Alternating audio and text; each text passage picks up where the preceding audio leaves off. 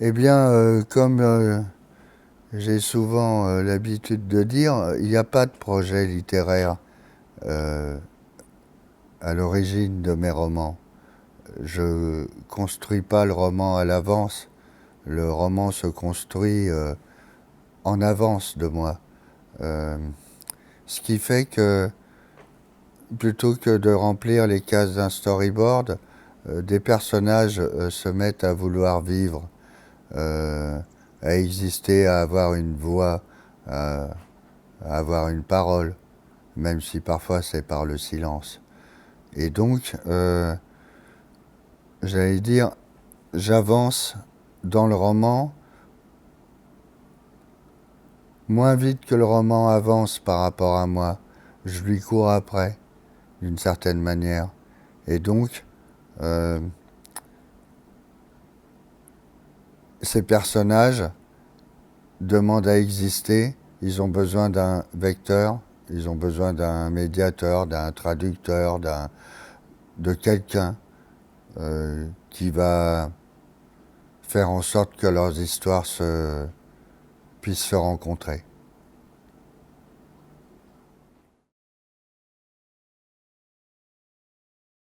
Ben, je renvoie un peu à la première d'une certaine manière. Je pense pas être en mesure moi-même de déterminer où, comment et quand un livre s'inscrit dans mon œuvre, euh, qui, je le rappelle, signifie simplement travail. Euh, Tout simplement parce que, vu comment ils naissent, euh, je contrôle pas d'une certaine manière une sorte de bibliographie euh, programmée à l'avance. Les romans apparaissent, moi je fais en sorte qu'ils puissent apparaître pour le lecteur sur les pages d'un livre, c'est tout.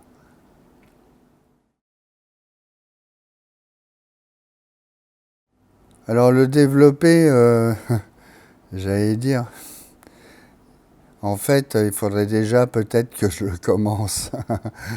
C'est quelque chose qui est apparu précisément au moment de l'écriture des résidents, c'est-à-dire de l'écriture du roman, on va dire, initialement prévu euh, en 2010.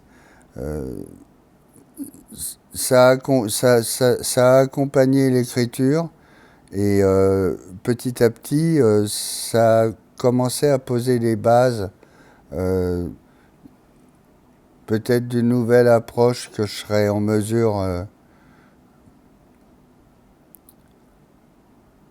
d'accomplir vis-à-vis de la littérature que j'entends produire. Alors en gros, comme dit Tourop, c'est très simple, donc c'est très difficile. Euh,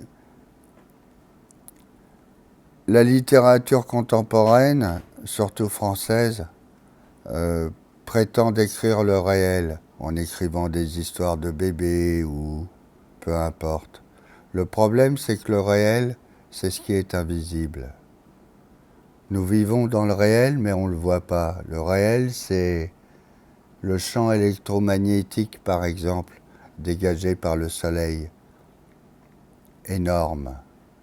Le champ électromagnétique dégagé par les pôles et par la boule de feu, fer en fusion qui tourne, ai-je dit, au centre de la Terre. En exemple parmi d'autres, nous vivons dans un rayonnement constant euh, qui modifie en permanence nos métabolismes et évidemment ça n'intéresse personne.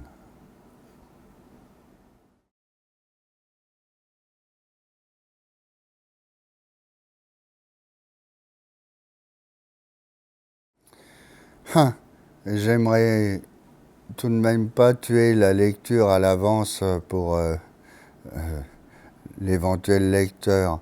C'est une question un peu délicate à soulever parce que précisément ce trinôme de deux femmes d'à peu près le même âge et d'un jeune adolescent euh, c'est la mise en croix de l'Amérique.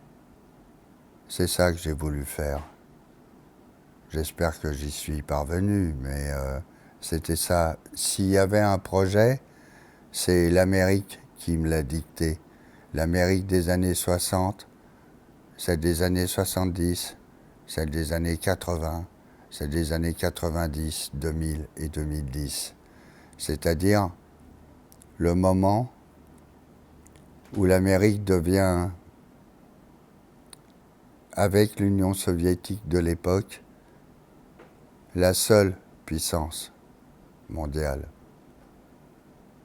Et donc, ça leur confère à ce moment-là un pouvoir tellement extraordinaire que c'était très difficile de ne pas être tenté à un moment donné de bâtir moi-même ma propre théorie de la conspiration.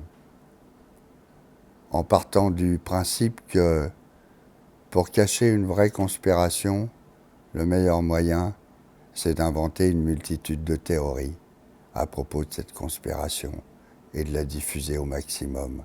Ça s'appelle la stratégie de l'épingle dans le tas d'épingles. Vous pouvez toujours trouver une épingle dans une meule de foin. Vous passez un coup d'aspirateur ou je sais pas quoi, et au bout d'un moment, vous allez le trouver, le bout de métal. Mais si vous planquez l'épingle dans un tas d'épingles, comment vous faites?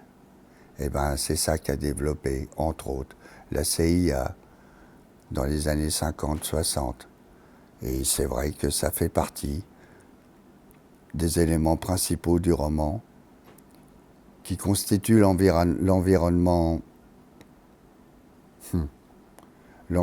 direct et indirect des trois personnages dont on me demande, disons, de clarifier les identités. Et par rapport à ça, je voudrais revenir juste une minute sur l'ultra-réalisme. Ultra, ça veut dire outre, ça veut dire au-delà. L'usage des siècles a fait qu'il a pris aussi un autre sens, plus politique, on va dire. C'est-à-dire que dans les moments où ça peut se produire, il y a, on va dire, dans les processus révolutionnaires ou contre-révolutionnaires, des ultras qui sont eux-mêmes au-delà des positions, on va dire, officielles de leur propre parti ou de la tendance qui soudainement s'exprime. Alors, effectivement, ultra-réalisme, ça a ces deux sens. C'est-à-dire que, d'une certaine manière, en allant au-delà du soi-disant réel et en montrant ce qui est invisible, eh bien, je pratique aussi un réalisme extrêmement pragmatique, je dirais, extrêmement factuel. Et, ben, voilà, j'espère que ce mixage a été réussi avec les résidents.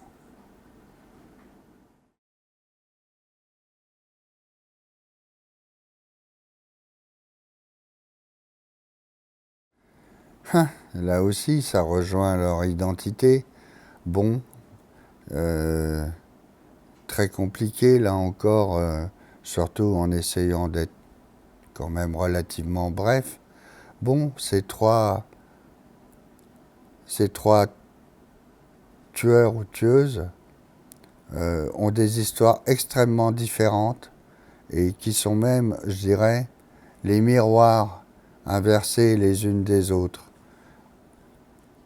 Novak, par exemple, jeune adolescent d'origine serbe, a commis un carnage dans son collège, pour des raisons que je ne dévoilerai pas. Sharon a vécu durant toute une nuit un viol collectif des plus... Enfin, c'est sans doute la chose la plus difficile que j'ai eu à écrire.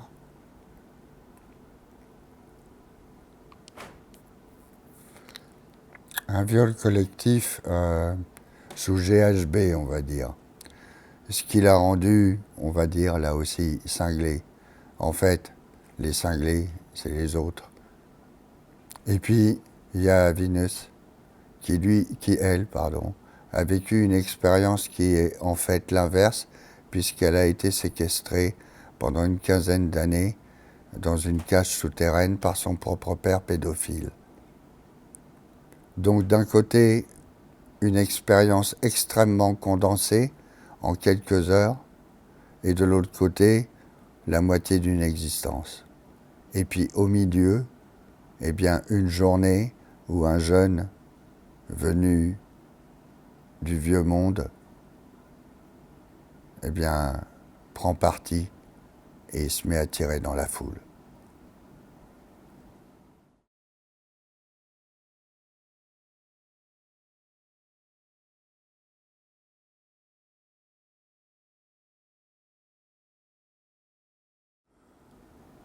Là encore, je l'ai pas étudié, c'est plutôt lui qui m'a étudié.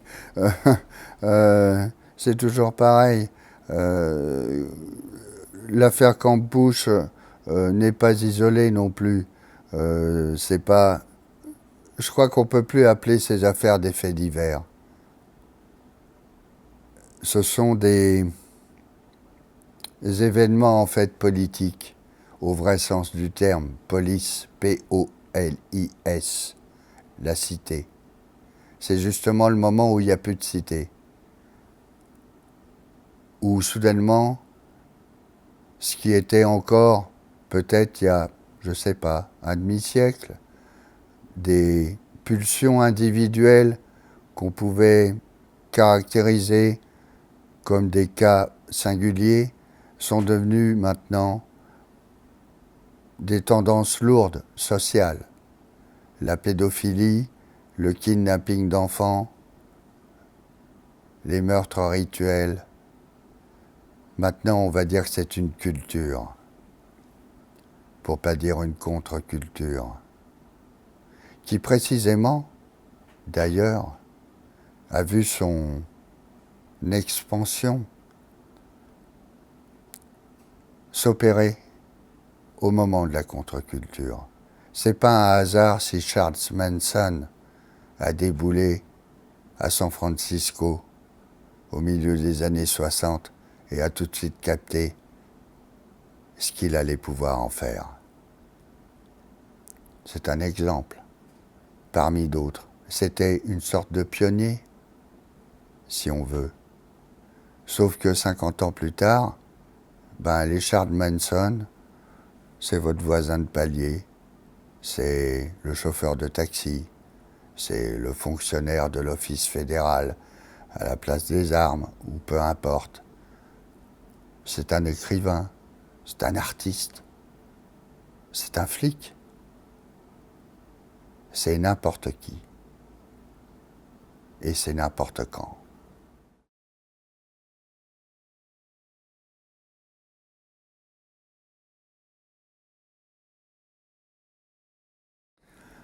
Eh bien, je vais faire court. Oui, évidemment, et même très profondément. C'est le moins qu'on puisse dire.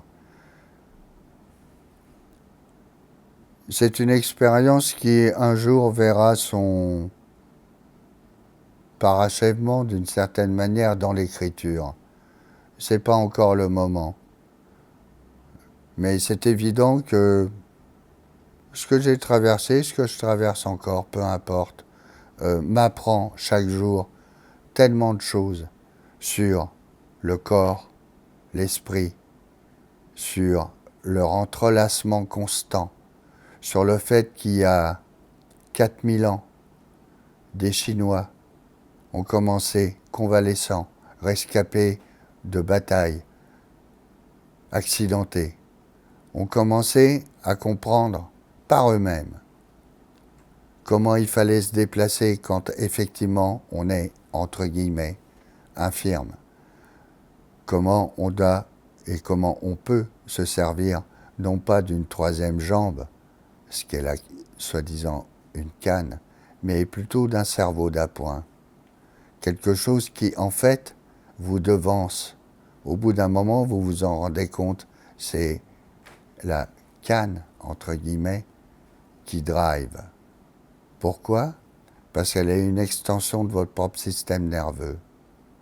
Et ça, eh bien, les Chinois du sud de la Chine, 2000 ans avant Jésus-Christ, au début de l'âge du fer, on va dire, l'ont découvert par eux-mêmes. Et ce qui se passe, eh ben, c'est que moi aussi, tout ça, je découvre par moi-même.